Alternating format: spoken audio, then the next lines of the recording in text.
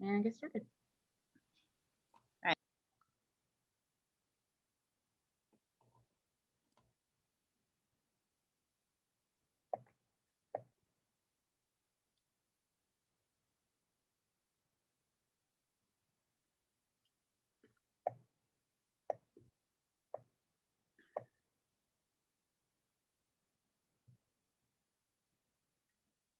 I see some names I recognize, people joining in. Thank you for joining us.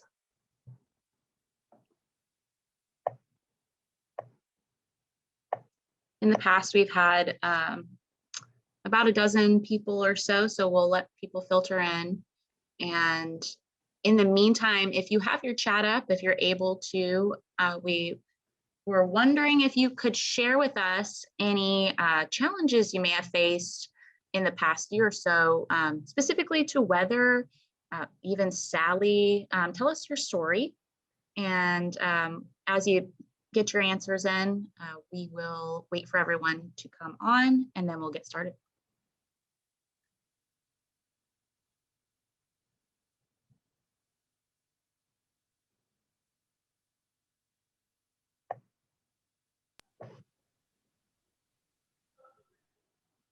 I think I'm going to start because I am a resident over the bridge, over the 3-mile bridge that recently opened after being closed for 8 months. It was a huge impact on my life. And one of the things that I chose to do was to not drive many places because it was just so incredibly difficult to travel anywhere.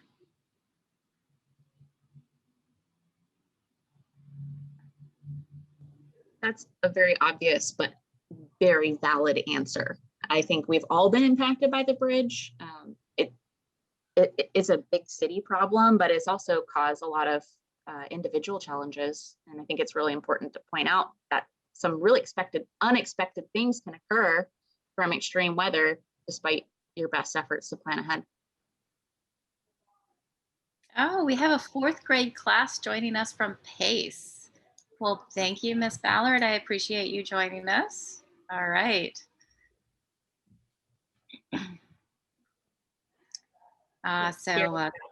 Their families, residences, and businesses were impacted by Sally.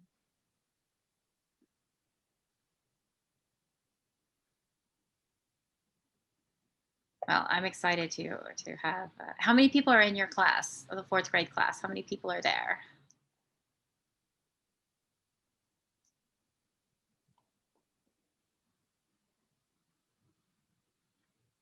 You have a whole class coming to see you, Christian. 13 remote students. Awesome. Oh, very cool. Well, I'm welcoming all those remote students as well. I've been remote for a while. I am, Tina, you cool with me starting? I am. All right, I'm going to get started. So, hi, I'm Sarah Beth Gordon, and I'm actually here in the still people doing things in the background Pensacola MESS Hall. I'll get started with that. Joining me today, Tina will be doing a lot of things in the background, but also talking is Tina Inman, Marketing Director. And then I'll give a proper introduction to our guest today, Christian Wagley from 350 Pensacola and the Healthy Gulf. And we'll get that started. But we'll introduce Christian slightly later. Let me get my slides to go forward. All right, this is our last of our Lunch and Learn series in which Tina and I have discovered that the climate and the environment has been the leitmotif going through all of this, from the Audubon Society to the impact of weather and climate on coastal dune lakes, and just how much our heritage is in danger from changes in the climate. And then Annika Evans last week with chemical engineering and the types of environmental remediation, because we definitely all want clean water, particularly where we live. And then today, again, Christian Wagley from 350 Pensacola. And Christian, I hope you're going to talk about why it's called 350 Pensacola. I do know that, but I want to make sure everybody does understand that as well. Give you just a little idea of how our agenda today. We'll give you a little bit of what's new at the Mess Hall. We'll talk a little bit about our Bring Back Science campaign, because we're hoping to have a soft opening on Tuesday. We're crossing our fingers and working towards getting everything ready to be open on Tuesday. And then we'll give our speaker time to talk and give you what you can do, local action that you can do for climate change, and ways to get involved, and then a question and answer session at the end. So at any point in time, if you would have a question, you can put it in the question and answer box, or you can put it in the chat box. And we may not answer it directly, but we'll definitely get to it at the end. All right, so this is the building that I'm in at 418 East Wright Street. So we had to close down to in-person operations in January, and we have been working remotely. Today we've been pulling in a lot of our exhibits from our community partners, from the city, schools, libraries. Our exhibits have been around the community, and that made us realize just how much community engagement we like to have and how much we've missed it, which is why we have done this Lunch and Learn series. So we can work with these great community partners that we have doing a lot of this math, engineering, and science in our area. But moving buildings takes some time, but it also takes some funds. And so I would ask you to join us in helping bring back science through supporting the Pensacola MESS Hall, so that we can pay for things like paint and making the bathrooms proper for you and getting all of these exhibits in the right place. We've made some changes and we think they're pretty good, but we also need funding because we are a nonprofit. All right, so you can go to charity.gofundme.com/bringbackscience. So we'd love to have your support, and we would certainly love to have your support by seeing you in our doorways starting next week and the summer coming up. All right, well, without further ado, let me introduce our speaker. Christian Wagley conducts science-based advocacy as a board member for 350 Pensacola and as a coastal organizer for Healthy Gulf. Both of these are nonprofit organizations that work on climate change and other environmental issues in Northwest Florida.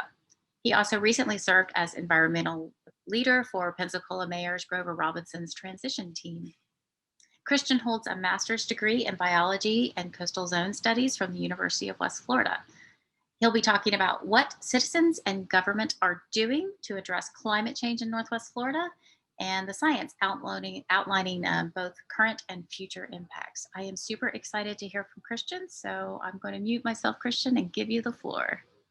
Awesome. Hey, thank you so much, Sarah Beth. And I just love the mess hall. I love everything that you all do. And I'm so glad you've moved into my neighborhood now. I'm like 3 blocks from you. So it's really, really exciting. And just happy to play just some small part in that by being able to share some of my work today and some of what's going on here around Northwest Florida as far as climate change. And I want to thank Tina as well. She invited me to be here. So thank you, Tina, and all those who are tuning in. It truly is an honor to be here, and it's great to see all of you as well. So let me see if I can share my screen here and make my way to my presentation.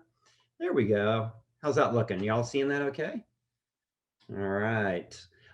So again, I'll talk a little bit about some of the kind of foundational science around climate, and then some of what's happening here in Northwest Florida. And again, at 350 Pensacola, I'm a board member for, and then Healthy Gulf is kind of my day job, as we say. I actually get paid to do some of this work around the Panhandle of Florida and in South Alabama. Healthy Gulf's based in New Orleans, but we work in all 5 Gulf of Mexico states. So let's see if trying to get that to advance.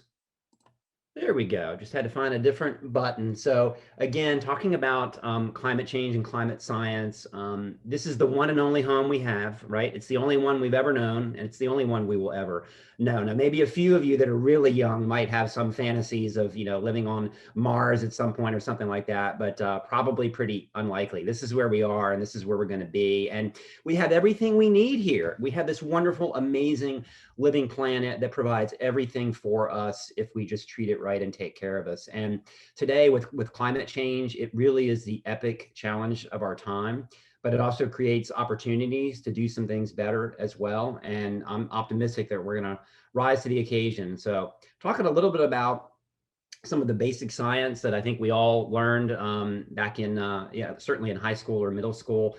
We have something called actually, are y'all seeing, make sure you're seeing the screen properly. I don't know if I can make that go away or not. Are y'all seeing that clearly? I can see your screen share. I can see the full slide. I was afraid that the, yeah, that some of the Zoom stuff was in the way up there. Is it not in the way? I didn't want that. Okay, very good. Very good. Thank you. I guess I see that and you all don't. So the greenhouse effect is what really makes this a living planet. It's the reason that when we look out into space, right, we see planets that are way too hot or way too cold for life. And yet here we have conditions just right. So the sun brings in that heat through the radiation, solar radiation that comes in. And some of that radiation is absorbed by the planet, by the land, by the oceans. And some of that is reflected away back into space as well. But because we have various gases in this atmosphere, a certain amount of that heat is reflected back and retained here on the planet. And it varies over time, right? We have these shifts that occur over many thousands of years where the planet gets a little bit warmer, a little bit cooler, but it stays within a certain range that allows life to be possible. And again, this wouldn't happen without the right kind of atmosphere that we have here. So there's a certain balance. It ranges over time, but it stays within a certain balance to support life on Earth. And it really is an amazing system. And life itself is part of that system as well, right? Because we know that plants, and really much of that being phytoplankton, the tiny plant plankton in the oceans, they absorb much of that carbon dioxide. And so really life is part of that whole cycle as well. That, interesting how life helps maintain life on the planet itself. So it really is just this most beautiful system. Now, I mentioned how the temperature of the planet shifts over very long periods of time. And there's something called Milankovic cycles, which are named after a Serbian geophysicist who talked about this and brought this forward in the 1920s. But there are some cycles at 100,000 years, at 41,000 years, and 26,000 years that have to do with the Earth's orbit around the sun and how that shifts very slightly over time. And also the tilt of the Earth's axis shifts very slightly over time. And with those shifts, there are changes in the amount of solar radiation that reaches the Earth. And that causes the planet to warm or to cool over long periods of time. And this is something that has been going on for many eons prior to modern society. And when we talk about climate change now, what we really are talking about today, here in 2021 is the human influence on that, really, because that's what's really driving our changing climate today is the changes that humans bring to the planet. But there are these natural cycles that there have always been over time that do slightly shift the temperature of the planet. There's also some influences that cause shorter term shifts in our climate and in temperature of the planet. Asteroids that may hit from outer space that cause a large amount of dust to go up in the air, and then also volcanic eruptions. Now, very famously in the 1830s, Mount Tambora in Indonesia erupted, and I think it was 1835 maybe. It was called the year without a summer, okay? And all over the planet, it stayed cold all summer, and there was a lot of famine associated with that, a lot of struggles from that, agricultural failures, crops couldn't survive. And so that was a time that, interestingly, if you know, I think we all know Frankenstein, the novel Frankenstein was actually written when a group of friends were in, I think it was the Swiss mountains in 1835, and that summer, or that year without a summer rather, it was too cold for them to go outside and do a lot of stuff, so they stayed inside. And the woman that wrote Frankenstein wrote it that summer under those conditions. But that was the year without a summer caused by that volcanic eruption. So over time, we can look back 800,000 years, and scientists do this through what they call proxies, right? So we weren't there to observe climate then, or we didn't have devices to measure that and capture that, to know that today. So one of the main things that scientists use, one of the main tools is the ice, the record in the ice. So they can core down in the ice and look back over time and look at the concentration of different gases in the atmosphere. And they can also look at things like pollen from plants.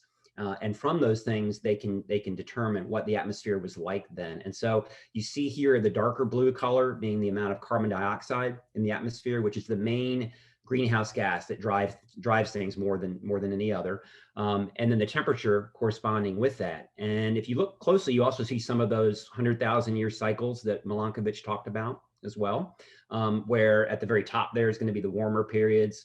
And then as it drops down, the interglacial excuse me, the interglacial will be at the top, but the cooler periods down below. And you see how those correspond fairly well together over time. And again, that's looking back 800,000 years. More recently, we do have instruments that measure this. The most famous one is in Hawaii, the observatory there that's been recording since the late 1950s, the parts per million of carbon dioxide in the atmosphere. And what's influencing this today and has been over the last 150 years or so, the Industrial Revolution happened in the 1800s. We started burning coal first, then came oil. Later on came natural gas. These are all fossil fuels that when burned, they emit carbon dioxide into the atmosphere. And this, along with land use changes, deforestation, together are causing that higher level of CO2 into the atmosphere, which then re-radiates some of that heat back to the planet and creates the warmer temperatures that we're experiencing. But this is the actual measurement, and you see it goes up and down annually. And that has to do with the temperature as well. But that's the Mauna Loa Observatory.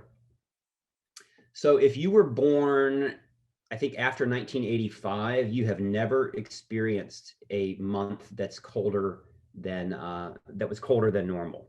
And so normal meaning now, since 1880s or so, we have thermometers, we have weather observations that have been recorded. And so when we look back at that, what you see here is that record over the last 140 years or so.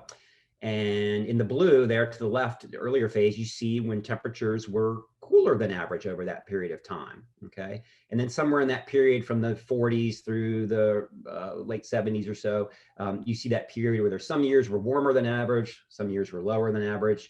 And then ever since the early 80s or so now, we're seeing continuously the years getting warmer and warmer and warmer. And this is what we've observed now with actual instruments. We don't have to use the ice record for that. This is your actual observations.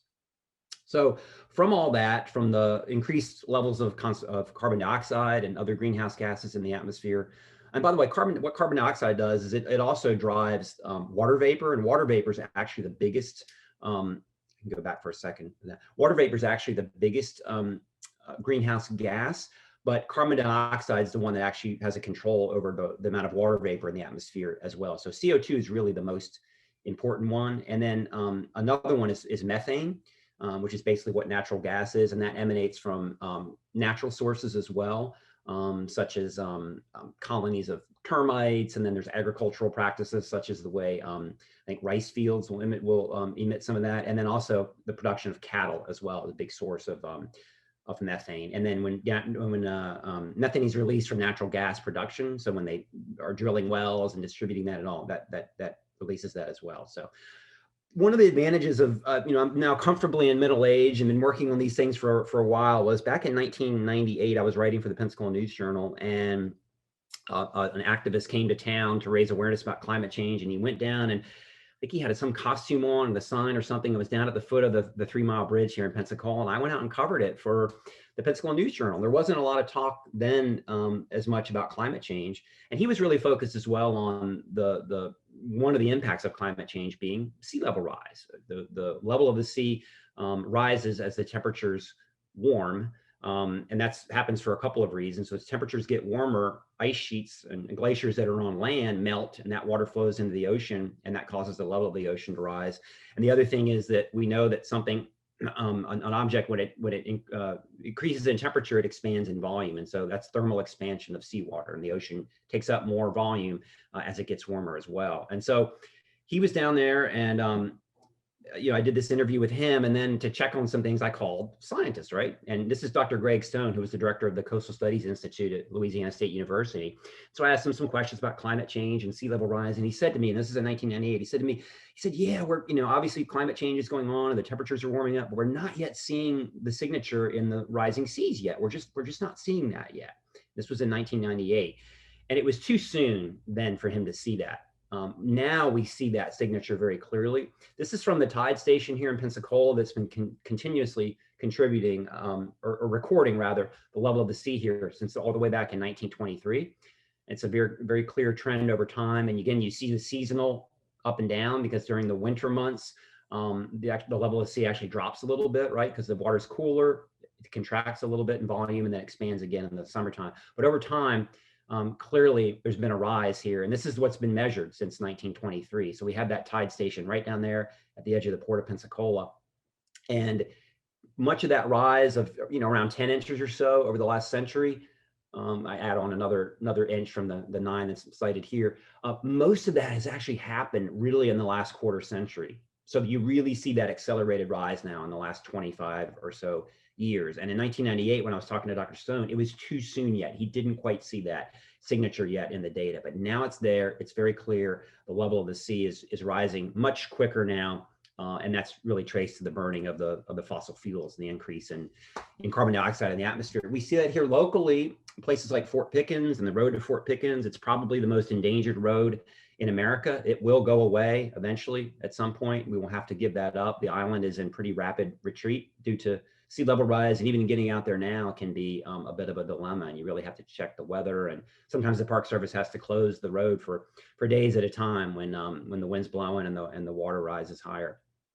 So another impact we clearly see here and really most anywhere else is the rise in temperatures. And so to help demonstrate that, I do a walk most summers where on a hot afternoon in downtown Pensacola, I walk people through and we take the temperature on different surfaces and we look at adaptations to climate, how much cooler it is in the shade or with building overhangs and things like that. But just to give you an example of what we're looking at here in Northwest Florida, right now we get maybe just a few days a year where the high temperature is 96 degrees or above. And you know how hot that is on a day that's that hot. You really just kind of lay low. You don't go out and do much. People can't do construction work on days like that. It's too hot. The forecast is really for us to, by the middle of this century, potentially to be at almost 2 months of days of 96 degrees or above here in Northwest Florida. So it's pretty dramatic change in higher temperatures. We've all experienced, if you were here in 2014, the big flood that we had then. The larger rainstorms here in the Southeast are about 30% larger now than they were in the 1950s. And that's due to a warmer atmosphere holding more water vapor, and those storms are able to carry more. So a 10-inch rainstorm then becomes a 13-inch rainstorm. And that can be enough to flood areas that wouldn't have flooded otherwise. So that's a pretty dramatic change as well. One of the best places to get the science on all of this together is a report that actually is by law. The US Congress made this the law, is every couple of years, like every 2 years, the federal government reports on the impacts of climate change and the latest science in what's called the National Climate Assessment. And so you can go online and find that. And it's an incredible body of work. It's put together by NOAA, NASA, Department of Defense, EPA, Fish and Wildlife. Every agency you can think of that deals in science comes together to do that report. And that's a great place to get some of the science on this. So I wanted to talk a little bit about some of the barriers to us acting to address the climate change issue. And really it gets back to human beings ourselves and how we're hardwired. So we are really hardwired as humans to make immediate decisions, right? We look at somebody, we decide whether they're friend or foe, how am I going to act, how am I going to behave? And that has served us well through many thousands of years. Only today now do we have access to new information from science that allows us to look back thousands of years and to make predictions looking into the future. But we're not hardwired to deal with that information. We really are only able to deal with, and we're hardwired to deal with things that are visible and tangible. That's what causes us to act. And so an example of that is in the 1960s in the United States, you had to actually drive with your headlights on in the middle of the day in a lot of American cities. It was so polluted here in America. We had rivers catching on fire. That was very visible. It was very tangible. Everybody came together and said, we've got to fix this. And that's when in the late 60s, early 70s, the first Earth Day happened. And all the major federal pieces of environmental legislation were passed in about a 5-year period there. And it's because we had this visible, tangible assault on our environment and on public health that pushed people to act. And that's what we respond to. If we don't see something, it's harder for us to deal with it. And I just use a quick example of something like plastic bags or things like packaging. Those things get human beings we get very emotional about those things because they're very visible and they're very tangible. But when we run the numbers and we look at it and we apply the science to it, we see that things like driving our cars literally causes hundreds, if not thousands of times, more damage. but the damage from that is really hidden, right? We burn fossil fuels, they go up in the air and water. We don't really see them, we don't smell it. We don't get that signal, that visual signal that human beings need to really get emotional and to act on something. There's a thing called Sorite's paradox. Sorites is S-O-R-I-T-E-S. And Sorites talks about, again, back to that thing where human beings, we respond to things that are visible and tangible. And so we would all identify this as a heap of sand. But if we took the heap away and we just put a single grain of sand out there, that wouldn't evoke any response to us. And if we build that heap literally one grain at a time slowly, human beings, we don't really notice the differences between each grain that's added are imperceptible, and we don't really see that heap being built. And so that's another part of that whole visible, tangible thing that acts us or causes us to act. It has to be something that's big enough that pushes us and triggers us. And that's one of the dilemmas with climate change, is that it's possible that, at least in certain places, if the changes happen slowly enough that people just adapt to them, humans are very adaptable, then it may not trigger the amount of care and concern that's really needed to deal with the problem. And Sorite's paradox is a good way of explaining that. Another barrier is really, as much as we want to, and some people are driven by science, the majority are not, unfortunately. They're driven by their worldview, their politics, those sorts of things. So this is another part of the way humans are kind of hardwired, and our brains are, that stand in the way of acting on climate change. And so we have to find ways around this and ways of dealing with this, because we're not going to re-hardwire the human brain in any short period of time, right? So we have to try to find some ways around that. I think making things visual has helped. You have people like, I think it's James Baylock that did the film Chasing Ice, and a lot of other work showing, the recession of glaciers, and these very visible, tangible things that, you can't argue with that. So if you saw the film or if you've seen his work, that's very compelling.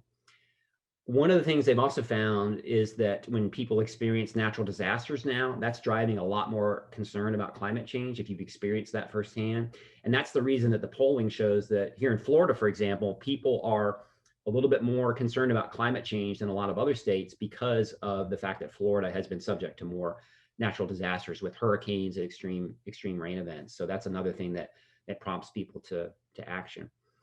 And then it's people, right? And really, in the end, it's human beings that motivate other human beings to action. We absolutely need the science. The science informs us as to the degree of the problem and where to focus the attention. But really what moves people so much is other people. And certainly Greta Thunberg, who decided to sit outside the parliament there, I think it was, in Sweden, and do her climate strike every Friday, has become just a real phenomenon across the planet, and inspired so many people to action, including a lot of young people. And maybe she's done more than inspired more people than the scientists have. But we absolutely need both. We need the science and the scientists to inform us to make the good choices. But we need people like Greta and others to be that visible face that really moves us to action. Here locally, a couple of friends of mine who have really been the leaders of the movement here in Northwest Florida, Elaine Sargent on the left, and then Larry Chamblin on the right. This is some of the work of 350 Pensacola that's a little bit more advocacy oriented, again, using science as the foundation for that, and advocating on different issues, keeping drilling away from our shores, moving toward clean energy. And it really was the BP disaster in 2010 that got 350 Pensacola founded here. Then knowing that we had to get off fossil fuels in order to have a living planet today and for our children. It was really, really stunning when oil first came ashore on Pensacola Beach. Changed our lives forever, and really reinforced the fact that we had to accelerate the transition away from the dirty stuff. And that's something that 350 Pensacola has done a lot of, that I've been helping with through education and advocacy and events and speaker series and all kinds of great things like that, speaking at city council meetings. So moving into more of the solution side of things, looking at here in the United States, the sources of greenhouse gas emissions. So again, these are emissions of mainly carbon dioxide, methane as well. The sources are mainly electricity and transportation. And it's interesting, over the last few years, you see where transportation is now the biggest source of greenhouse gas emissions in the United States. We've made some progress with electricity, starting to shift to cleaner sources. Also, some of that may reflect some of the transition to natural gas, but that's a little bit more complicated. And I'll explain a little bit of that in a moment. But transportation, we haven't done so much on. We continue to build communities almost exclusively around the automobile. And that's a real dilemma because you really can't make that efficient. So transportation is now the biggest source, and you see some others on there, buildings, agriculture. Agriculture is a big source. It really depends on some ways that how the numbers are run, but it's not one that we work on here locally because it doesn't affect, or it's not as much something that we have local policies on. The agriculture issues are mostly with federal policy. So we've been a little more focused on energy. As much as we talk about things like tidal energy or geothermal or things like that, the reality is that our energy future is mainly two things. It's solar and it's wind. That's what works. That's the least cost to deploy. We know how to do it. It's no longer a high technology, extremely innovative thing. For Florida, it's mainly our future is in solar energy. We are the Sunshine State. We don't get a lot of wind compared to most other places. There will be some wind energy here in Florida in our future, probably offshore, where it doesn't have trees and buildings and things to block the wind. But for Florida, mostly it's going to be solar energy. And then in a lot of other places like West Coast and Midwest and places get a lot of great wind energy. And that's a big part of our future as well. The big technology changes that need to happen now is they're putting a lot of investment into how do we store that energy, right? Because there's some days when it's cloudy or some days when the wind doesn't blow. There's a lot of research and work being done to improve batteries and the ability to store that electricity for use later, which by the way, just remember the term electrify everything. That's what we're talking about now, shifting everything. 10 years ago, we weren't sure if cars were going to move toward biofuels or something like that. That's completely gone now. It's going to be electricity. And so electrifying our buildings, electrifying our vehicles, and getting the natural gas or any of the fossil fuels away from that. Because you can make electricity with clean sources. You can't do that with something like natural gas. And we're seeing that transition underway. You look at the energy mix here in the United States. You see where coal dropped out, and then the increase in the renewables in the purple there as well. Still smaller amount, but on the way up. And the other one that's gone up in recent years is natural gas has replaced a lot of the coal, not for any environmental reasons, but mainly because it's become cheaper through the use of fracking, which is a very destructive process, unfortunately.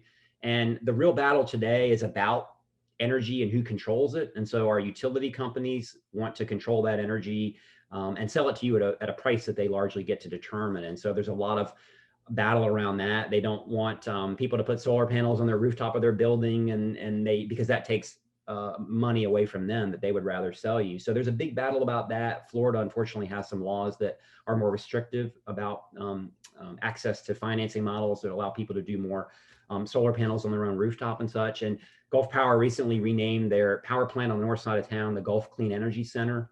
The science, of course, tells us that that's really a bogus name for it. That facility runs on natural gas, which is methane. And we know from full life cycle analysis is what scientists use, and this is the right way to look at something. You look at the full life cycle of something from birth to death.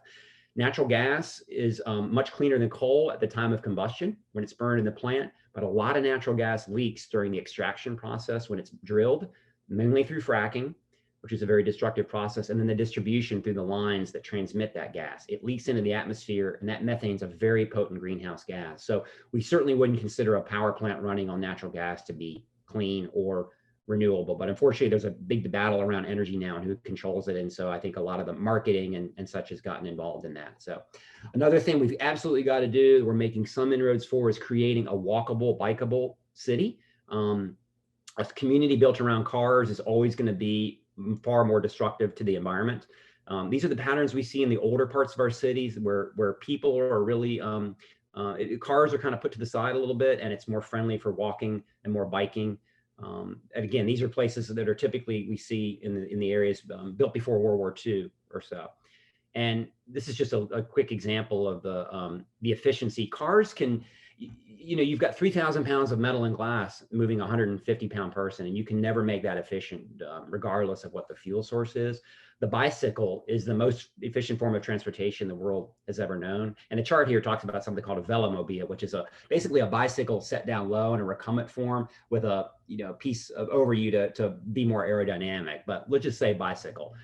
because of the wheel, right? It's even that much more efficient than just walking. It's amazing. And our future really needs to be to building the communities more around people so that we can walk and bike more and use transit and less around building around cars. And we get a lot of great other benefits from that as well in terms of fitness and more likely to know our neighbors and have social interactions and all kinds of great things that come along with that. So as I work toward wrapping up, just one thing I've been trying to do more and more of with my work in recent years is bring more young people into it. A lot of young people have really become incredible voices for action on climate change and what's needed. So my friend Elizabeth Eubanks at the From the Ground Up Community Garden, which is just a few blocks west of the new location of the mess hall. She does a lot of work with the A.A. Dixon School of the Arts and the kids there. And I don't know, maybe they've been to the mess hall as well, but I'm looking forward to doing a little project with them soon where we're going to put a tide gauge out, or tide staff rather, out on the water at Bruce Beach and allow them to do some work looking at tide levels and coming to understand about tides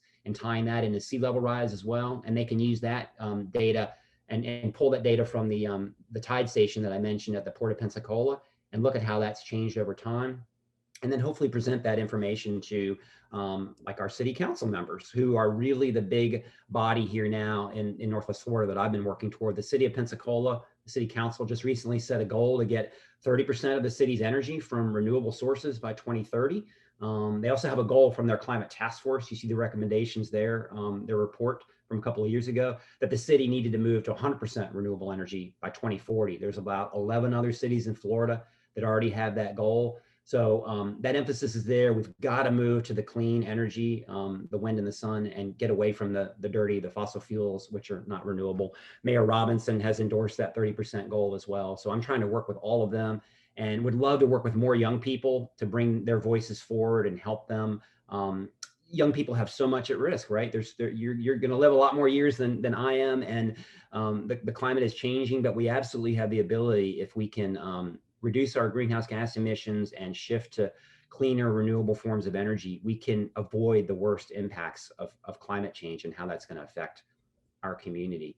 And this is a photo, one of the most famous photos ever taken by the astronauts in space, taken just 4 days, I think, after I was born. So it's very special to me, taken at the very end of 1968. And anybody who's been in space, any of the astronauts talk about just the most amazing experience they have of looking back at our little blue planet in this lifeless void of space, and how special it is what we have. And we absolutely have the ability to deal with climate change. We must deal with it in order to have a living planet today and into our future.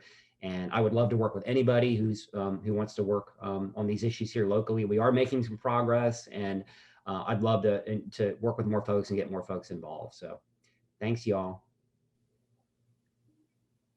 Thanks, Christian. Wow, I wrote down so many things. And I want to give you a chance to get some water, because you've been doing a great job talking, and we'll let people have time to put some questions in the chat and the Q&A. And so if you would like to, we'll leave this, maybe Tina can pop this in the chat, but if you can stop sharing your screen, I'll talk a little bit about the mess hall, about one way that I love the fact that you're working with Elizabeth Eubanks and the children at SS Dixon. They're just amazing.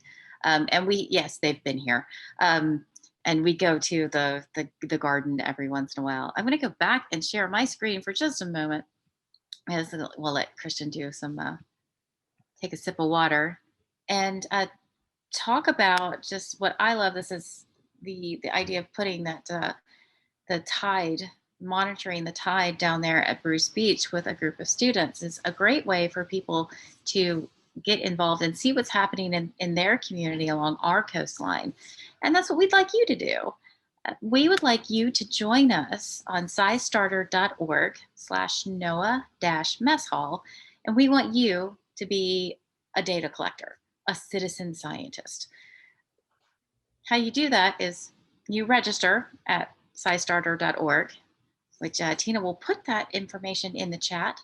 And when you go there, once you register, you can also use your device, and you can take some Earth selfies. You will have to apologize. I'm going to apologize. There's a little work being done on the other side of me, so there might be some background noise, and my apologies if you can hear that. But You can download IC Change onto your device, or if you don't have a device, you can use a laptop, and you can take your Earth selfies and report out what's happening in the world around you. One example is, I know in my neighborhood, and I am on a barrier island, so in my neighborhood, we get a lot of flooding when it rains, and it has gotten worse over the past 8 years. And this is something that I have noticed. If I had started IC Change 8 years ago, I would be able to share with you my data that I've had. But you can share your data with us, and we can inform those policymakers like city council and the mayor as to what's going on in our area. So we would love for you to do IC Change. Tina, I'm going to let you take over just a little bit because I do have a lot of noise in the background. That's fine with me. We are doing so much in that space, and I'm so excited to see it open and see people in there sharing science with us again and exploring. And so we're getting it ready for all of the families to come in. That on top of the fact that we've been closed due to COVID, and we've had restrictions, and we haven't seen smiling faces, and we haven't seen that like aha moment that we love to describe in so long, when people of any age come in there and they discover something new and they get creative to solve problems. We really thrive on that. So I'm so excited to see that come alive again. We do have a question. Annika joined us today, and she asked, this is a question for Christian. When she moved to Pensacola, she was surprised to hear that most of the city's energy came from coal or natural gas. And Christian, do you know what the breakdown of Pensacola's electricity sources is? Yeah, sure. And it has changed over time. It was mostly coal, certainly 20 years ago and even 10 years ago. But because of the use of fracking, they've been able to drive the price of natural gas down, and natural gas has become cheaper than coal. And so many of the power plants around the country, including the one here, the Chris plant, have shifted and transitioned away from coal to natural gas. So now if you're a customer of Gulf Power, which most of us are here in the southern part of Escambia County and in our area, if you're out in the more rural areas, you may be getting your electricity from an electric co-op. But for most of us here, it's Gulf Power. And their energy mix now is it's 11% renewable. So part of that's solar, that the Department of Defense came in and put solar fields in at a few of the local military bases about 6-7 years ago, and Gulf Power tied into those. And then the rest of that 11% is wind energy that they purchase out of Oklahoma. If you all know, there's big electric transmission lines that go all around the country, and they can move electrons around, right? So Oklahoma gets a lot of wind, and it's a cheap source for them. So they have a deal to buy wind energy from there. So that makes up 11% of the energy source for our local electricity. The other 89% is mostly natural gas. So that's still a dirty or non-renewable fuel that, again, it's cleaner at the point of combustion, but because there's so much leakage during the extraction and distribution, that's methane into the atmosphere. And the studies have actually found that in terms of climate change, that natural gas is really not much better than coal when you look at the full life cycle. And that's how we really properly assess something, is we look at the full life cycle. We did get some questions here in the Q&A, so they're not in the chat. What are Escambia and Santa Rosa counties doing currently to prepare for climate changes happening now and in the near future? And that was a question I had too. What are some of the most important concerns you'd like to see addressed in our area?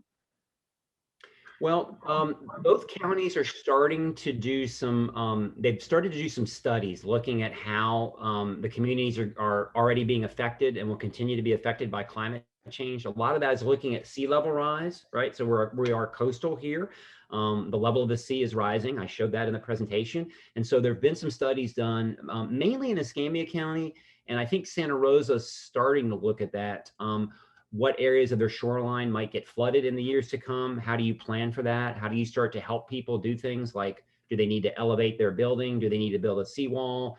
Can a living shoreline help or not? At least slow down the damage. So mostly in the counties here, we're at the study phase, just looking at what the impacts might be. They really excuse me, have not acted yet. The city of Pensacola is the one municipality in our area that's the farthest ahead in actually acting, because they're acting not only on the symptoms, right? The symptoms of climate change are hotter temperatures, rising seas, more flooding, but they're also acting on the cause. And remember, the cause is the burning of the fossil fuels and the need to transition to renewable energy. So the city of Pensacola is our champion so far, and hopefully Escambia Santa Rosa will start to embrace some of the clean energy work as well.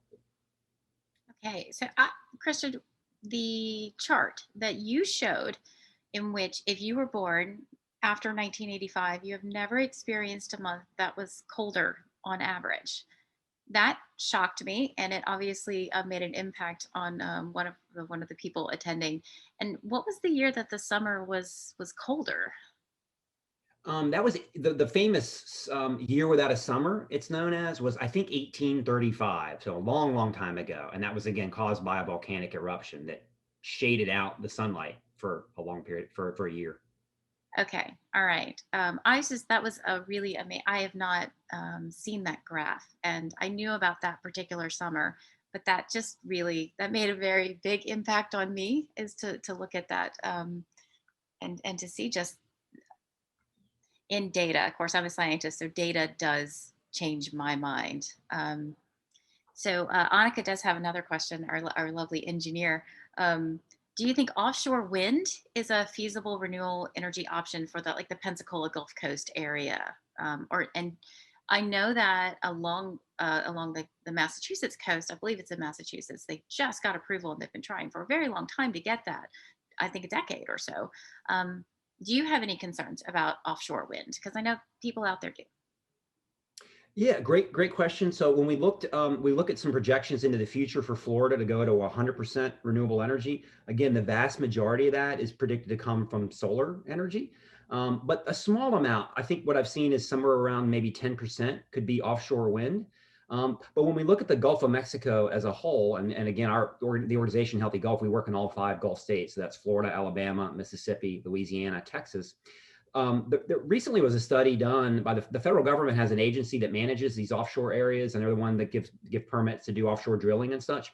They looked at the wind potential in the Gulf of Mexico, and it's much larger than we might have thought, but it's more to the western part of the Gulf. It's not right off Florida. It's closer to Texas. They get more wind over that way.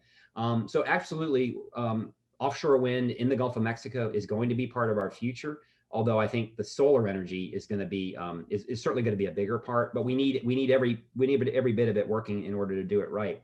I will say that in the early days of wind energy, 20, 30 years ago, when they were first installing wind energy systems, they didn't have, the science wasn't fully developed to assess things like impacts on birds, for example. And so today, there's an incredible amount of work that goes into looking at the siting of wind energy systems so that they don't conflict with birds and bird migration. So that would be a required part of any siting of wind energy or wind turbines today. There's been a lot of these, again, life cycle analyses and assessments between fossil fuels and other sources of energy. And even with some limited amount of birds, unfortunately, being killed by something like wind energy, far more, and I don't have the numbers right at the time, but far more, many times more are killed by fossil fuels. And for example, I think Audubon came out with a landmark report a couple of years ago, looking at potentially half of North American bird species going extinct due to climate change. I mean, a massive report. And so that's, again, puts that impetus on us. So we got to get away from the dirty stuff and the clean stuff, but no source of energy is perfect. They all have some impacts, but the clean stuff, wind and sun, are far lower impacts, and they're renewable, right? So they keep going in perpetuity. Mm-hmm. So I am big on, I like that individuals can change, but we need to change policy so that it makes it easier for everyone to change. And I am interested in what we could do as just citizens. Who do we reach out to when we want to change things? Are there like public utility commissions or are elected officials? I mean, what do you recommend? How do we talk to these people and say, this matters to me? So please, like, I don't live in the city. I'm moving to the city in the next year and a half, but I want to be able to say, who do I talk to? What do I say? Well, that's a great question. I think the easy part is to start with the officials that are most local to you. And so if you live in Pensacola, in the city of Pensacola, it's clearly the Pensacola City Council. If you live in Escambia County or Santa Rosa County, it's your commissioners there. And what I found is just incredibly effective is for young people to come forward and share their voice. At each of these county commission and city council meetings, there's a public forum where anybody can get up and talk about an issue that's concerning to them. And it's true democracy in action. I mean, thankfully we live in a country where we can do that. Now they do limit you to 3 minutes, right? Just for the good of the order, so somebody doesn't get up and go on forever. But I have worked with young people here who've been willing to come down and step up to that microphone and share their voice and add their voice to it. And the elected officials always receive them so warmly, because there's nothing better than seeing young people involved in trying to make the community better. And so I encourage everyone to come and take advantage of that public forum that's there and to express concerns or push them to act on these issues. And especially if you're a young person, and especially if you're doing any kind of science, if you've done a report for school, if you've done some citizen science type work, come down and share that with them. That's what I'm going to be working on, that I shared in there, looking at those sea levels down the waterfront, and then bring that to the city council and let some young people present that. It's really effective that way. Right. I call that the elevator pitch, that you may only have 30 seconds to a minute to get through to someone. And so you need to find a way to boil your science down to those 3 minutes. I'm going to hand it over to Tina, because I know that she's also actually at the mess hall. We're all into climate action. So I'm going to let Tina ask her question. Go for it, Tina. Yeah, so obviously we're really into getting people engaged and young people engaged in science. And we have our teen mentorship program. So we're really invested in that. And my question, even as my position with the mess hall, as a marketing person, as a scientist, as a local, as a graduate at UWF, I hear a lot of these opportunities to speak at the public forums via word of mouth. And even I miss a lot of them. So my question is, what's the best way for the general public to know those things are even happening, and maybe find like a group of people to go with or make a friend, because that can make it easier for anybody who want to attend those events. Yeah, well, I did leave my email address there, and I think we can put it up again or put it in the chat. If anybody is really interested in these issues, I will absolutely help you. I will help you identify who your local elected officials are, what time that county commission or city council in your community meets, help you understand what the public forum is about, and even help you, craft a message or whatever. I'm happy to help anybody with that. I'd love to see, for example, the young people that are doing the work that the mess hall is sponsoring with you're measuring rainfall events and extreme rainfall events and doing that. That would be great information, to present here. So anybody can certainly contact me, but otherwise you can go to the website of Escambia County or Santa Rosa County or City of Milton or Gulf Breeze or Pensacola, and the meeting times and dates are all on there. And knowing that you only have 3 minutes, to speak. But I do know some of the schools, have environmental clubs and things. And I know some of the kids have gotten together in some of those and come down together. We had some kids from Pensacola High School we worked with a couple of years ago. They came together to a meeting and they spoke on the issue, and they were very, very well received. So I would be happy and love the opportunity to work with anybody at all. And I think the mess hall, through the work that you're doing as well, to have some young people share that work would be incredible. So It's a great opportunity. Right. Courtney did mention that doing public speaking gets easier the more you do it. Yes, that is true. Zoom calls get easier the more you do them, although I'm ready for a world in which we're not doing too many of those.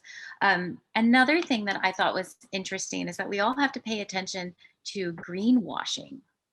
That's when, like, the clean energy center that you were talking about, that we have to pay attention to how words are used. Are there ways that, or words that you like to use to communicate, or do people get turned away from using the word climate change or I know it's climate change now. It used to be global warming. Leave us with a message, because we're getting close to the end, a message or some favorite podcasts that we can listen to, so that we can hear the types of words that we want to start using with the people around us. Well, you're right. Language absolutely matters. The word choice is and so I meant to mention, we did used to talk a lot about global warming. And there was a deliberate decision made to kind of shift that language toward climate change. And that's the language that we use today. And it really was science and scientists that drove that choice. And the reason was that, at least in the beginning phases and the early phases now of climate change and a warming planet, there are actually places on the planet that could actually cool temporarily. So to say global warming is not strictly accurate, and science is so much about making sure that we, are accurate. And the quick example of that is that we all know about the Gulf Stream that comes down to the Gulf of Mexico and rides up the east coast of the US and brings that warm water over across the ocean into the North Atlantic and to Europe. And Europe is a lot warmer than it would be otherwise.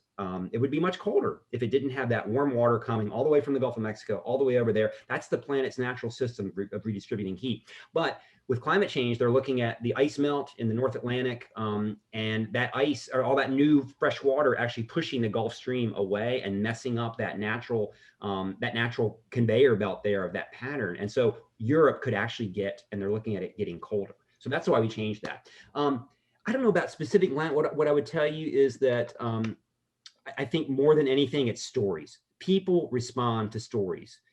There's some people respond to science, some people respond to graphs, okay? But the majority of people respond to stories. They want stories about somebody who's doing something great in their community and taking action on climate change. They're creating a walkable, bikeable neighborhood, or they're putting up solar panels on the community center or something like that. And everybody has a story, and everybody's story is unique, right? That's the one thing you have that nobody else has. And everybody's story is wonderful and beautiful, and we should all share them. And so I think I'm making sure that I bring more storytelling into my work, and I encourage everybody to do it. It can have a science slant to it if you want and be more oriented towards science, but that's really what people respond to is the stories. That makes it warm and makes it personal and helps people really to act. So I encourage everybody to share their story. And if you hear a great story from someone else, to bring that into your work.